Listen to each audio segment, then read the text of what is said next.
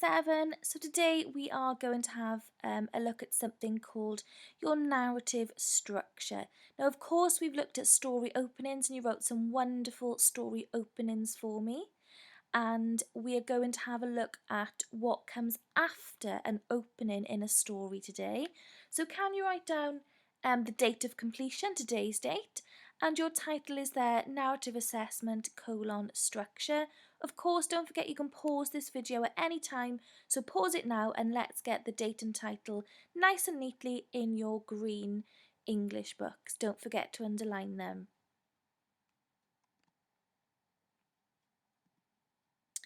Okay, so what comes after an opening of a story then?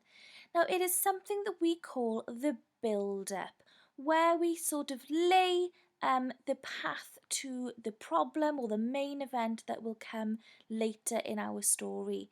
So can we copy this down, please, Year 7, with the side heading the build-up? So it says, writing to create tension is very important, as it leads the reader to the climax of the story.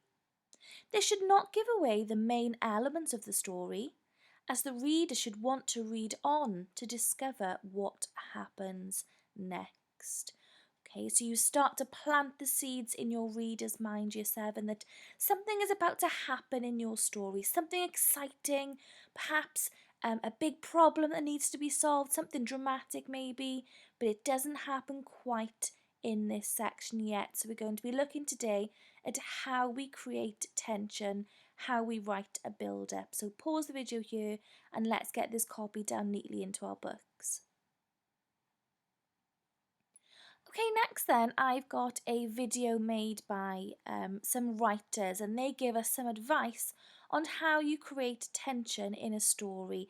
So get comfortable and let's watch the video.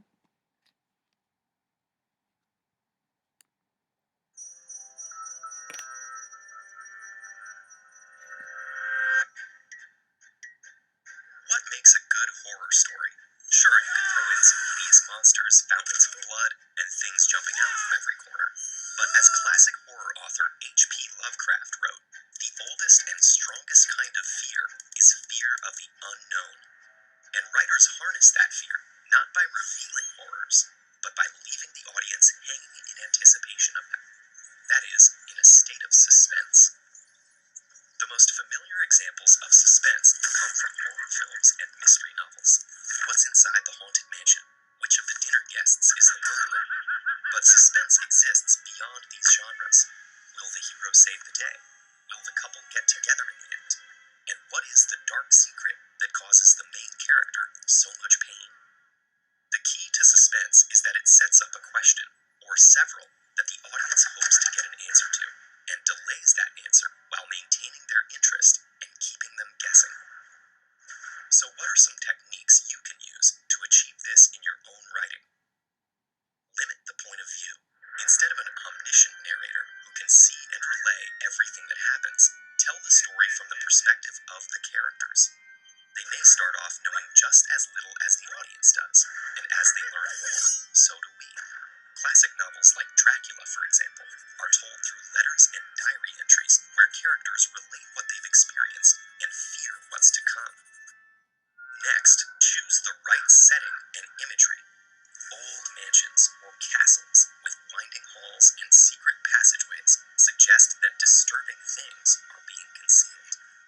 Nighttime fog and storms all play similar roles in limiting visibility and restricting characters' movements. That's why Victorian London is such a popular setting. And even ordinary places and objects can be made sinister, as in the Gothic novel Rebecca, where the flowers at the protagonist's new home are described as blood red.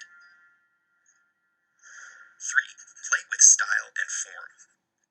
You can build suspense by carefully paying attention not just to what happens, but how it's conveyed and paced.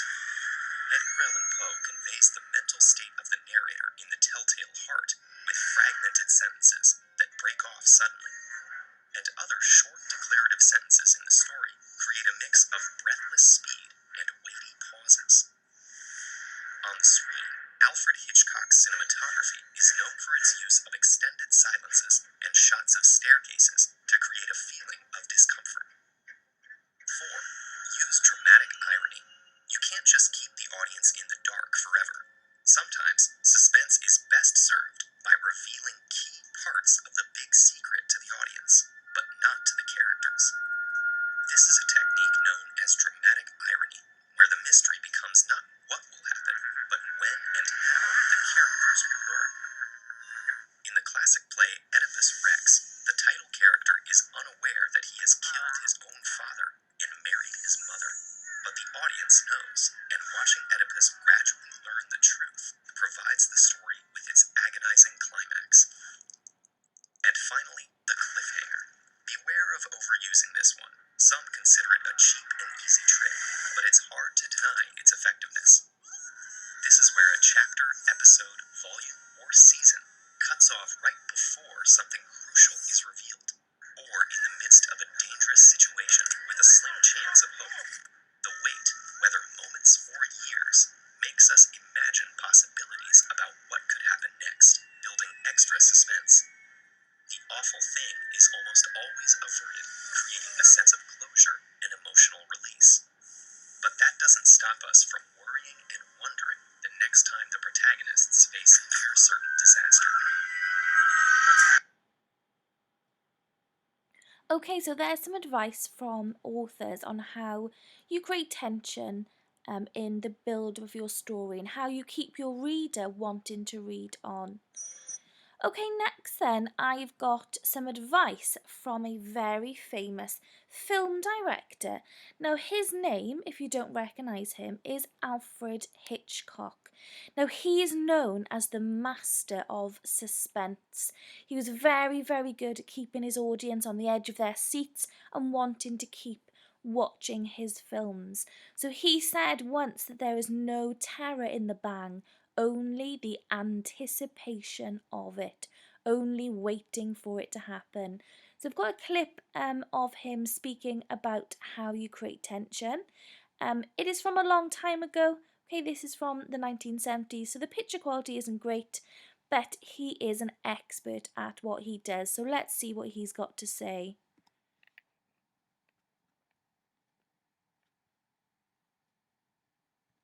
Four people are sitting around a table talking about baseball, whatever you like. 5 minutes of it, very dull. Suddenly, a bomb goes off, blows the people to smithereens. What do the audience have? 10 seconds of shock. Now take the same scene and tell the audience there is a bomb under that table and will go off in 5 minutes. But the whole emotion of the audience is totally different because you've given them that information that in 5 minutes' time that bomb will go off. Now the conversation about baseball becomes very vital because they're saying to you, don't be ridiculous, stop talking about baseball, there's a bomb under there. You've got the audience working.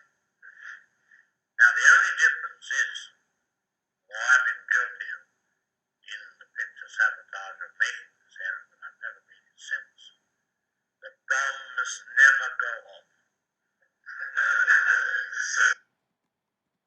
Okay, so he is describing then that there is a difference between shock and tension. And he says that if a bomb goes off suddenly, that is shock and it's over very, very quickly and it's not particularly exciting for the reader once it's gone. So Alfred Hitchcock says that we should build tension over a long period of time. And we should be waiting and wondering on the edge of our seats, thinking about what is going to happen next. So I have two examples of build-up paragraphs, and I want you to think about whether they are shock or tension first of all. Then we're going to talk about what's good at them and perhaps what is not so good at them. So here's the first example. A young boy with dishevelled hair walked down the street in the midst of a downpour. He bowed his head against the battering wind and watched his feet splash along the pavement. Suddenly, a strong hand clasped across his mouth from behind, and pain shot up his legs as his knees smashed against the concrete floor. Now, for a build-up section, this is over very, very quickly. We don't know much about the young boy. We don't get this sense of tension building because he was just walking down the street, splashing in the puddles, and then very quickly we're shocked by this strong hand who covers his mouth and he falls to the floor and hurts his knees. That is over very, very quickly, and we haven't got any skill in building any tension. So I'm going to show you another paragraph now, and I want you to think this time, is this tension or shock? And if it is tension, why is it tense? What about this next paragraph makes it so tense? A young boy with dishevelled hair walked down the street in the midst of a downpour. He bowed his head against the battering wind and watched his feet splash along the pavement. He was alone and liked it this way. The tinny beats of his favourite song thumped into his ear. Out of the corner of his eye, he thought that a shape moved to the left of him. The boy stopped in his tracks and began to search the orange glow of the streetlights. Nothing. He removed one earbud from his ear to listen to the darkness and carried on. Before he reached the corner, he stopped to stare into his favourite shop window. He stared through the smeared glass and longed for a new pair of trainers. Behind his left shoulder, he saw the reflection ripple subtly, as if in response to movement. But as he blinked, the movement was gone. The boy now removed his earphones and paused his music playlist, just in case. He felt a little unnerved, but no one would be awake at this time of the night. The boy knew he was on the last stretch of road until he reached his street turning, so he quickened his pace.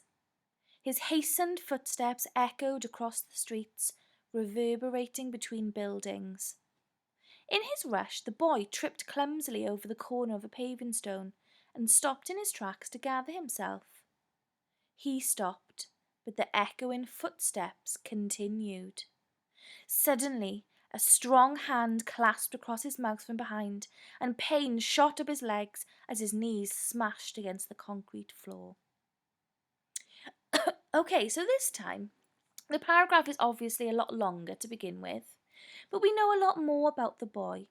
We know that he likes listening to music, we know he's on his way home, we know that he likes trainers, he's looking in the window, he's longing for a new pair of trainers, and along the way, the writer has dropped little breadcrumbs, a little trail of things that make us think that all might not be okay. So first of all, he sees a shape out of the corner of his eye, but then he thinks he's imagining it, so he carries on. Then he thinks he sees something moving in the reflection, and then again, he listens carefully and he thinks that he's just imagining it. And then, of course, he can hear his own footsteps, but then when he stops, the footsteps carry on. And then that is when our something shocking happens.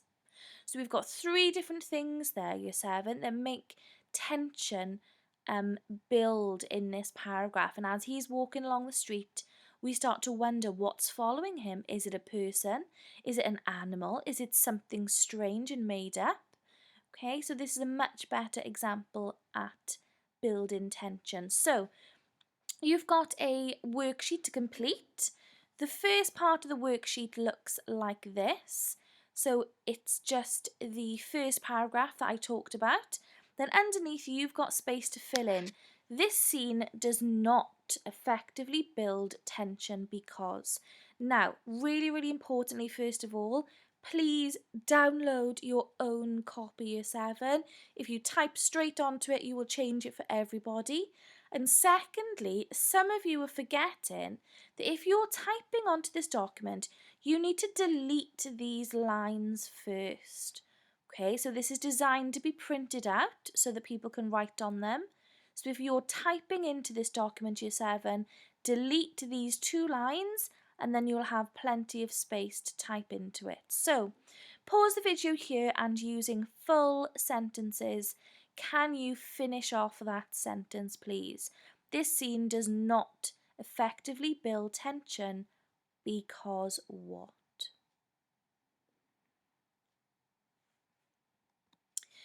Okay, the second half of the sheet then, again, is the second paragraph that I read to you, the one where tension is built. Underneath again, you've got a sentence that you need to fill out. This time you've got a couple more lines. Again, if you're typing onto the sheet, make sure you delete the lines first, year 7, and then you can write your answer. So this scene does effectively build tension because what?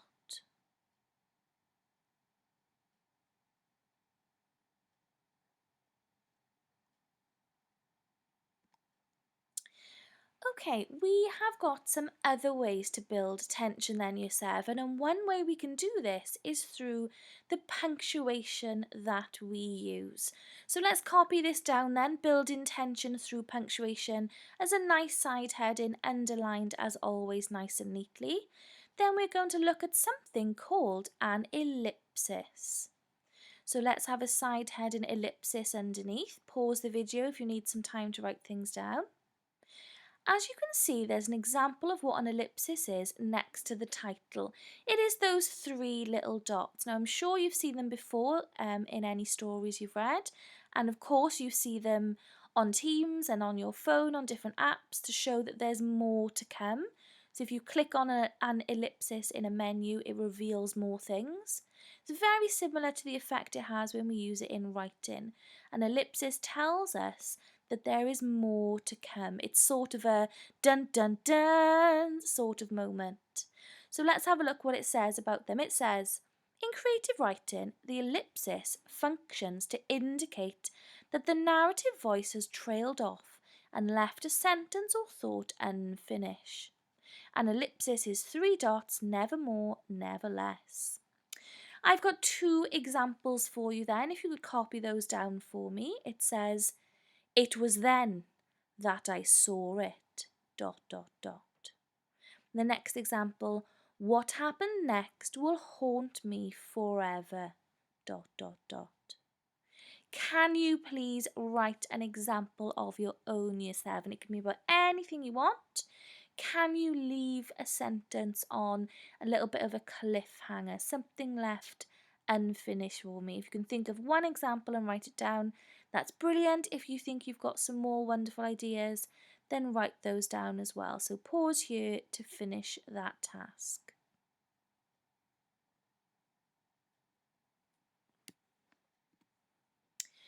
Okay, another way that we can build tension then, year 7, is through using full stops effectively. So using short sentences, so side heading short sentences for me, year 7, and then copy down what it says underneath. So it says, short sentences create a sense of drama. They make the story seem as if it is broken into a rhythm like a heartbeat. They create haste and often a sense of urgency. So pause the video here and let's get that copied down neatly. Now you might remember that some of the things we've already looked at in class have used short sentences to build tension. If you remember the shark how question, it said a shark, a tiger shark, a known killer. And we had a little bit of a chat about how those 3 short sentences made it seem really, really tense. So I've got a paragraph here, year 7, and I don't think that it creates tension particularly well. Okay, so I'm going to read it and I want you to think about where you could make the sentences a lot shorter. So let's see what it says. As Lily walked through the dark and lonely streets, she heard a distant murmur that made her feel uneasy. Quickly, she turned around to view her surroundings. The cold wind made her breath shudder in the crisp air. It was then that she heard it again, a soft whine that was increasing in intensity, and every time she turned to look back, it was getting closer and closer until it was upon her, swallowing her into a state of despair. She was bound by the ravenous hands of the night that blinded her from everything and everyone, until she sank into the darkness with nothing more than a whimper. Okay, so the language used here is lovely, it's very descriptive, but there aren't any short sentences. So, what I would like you to do in your books is to rewrite this paragraph using short sentences in places where they could create tension. Now, of course, when you start moving around full stops, you might have to add or take away connectives or add one or two words to make sure that your sentences make sense. Okay, so you're rewriting this paragraph but putting in some short sentences where they could create tension. So pause the video here and let's complete that task.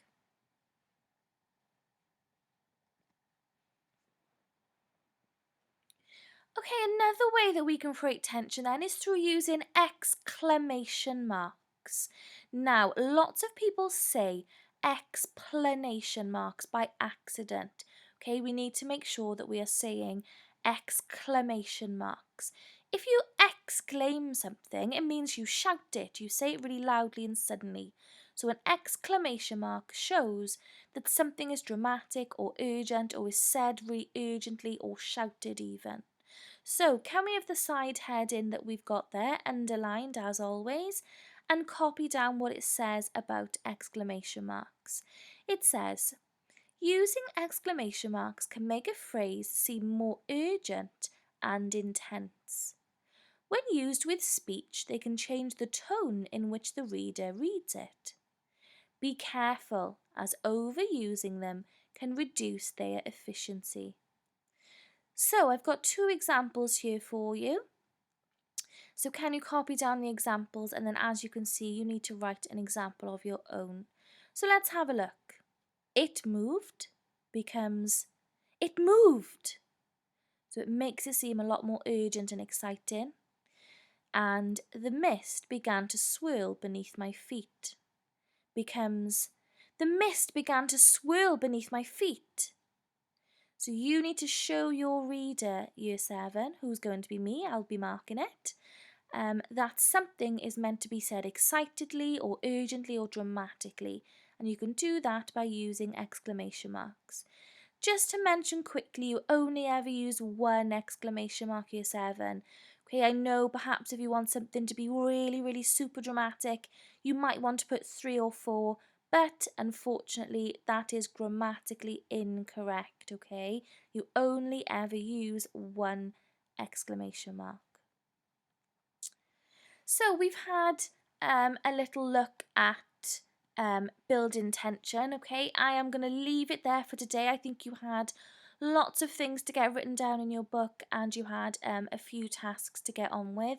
Next lesson we'll have a look at another extract and see how tension is created so you know how you're going to create it in your story when we get there. If you've had any problems with today's lesson, Year 7, or there's anything that you're not sure of, please just send me a message in the narrative assessment channel on Teams, and as long as it's within the hour of our lesson time, then I will get back to you immediately.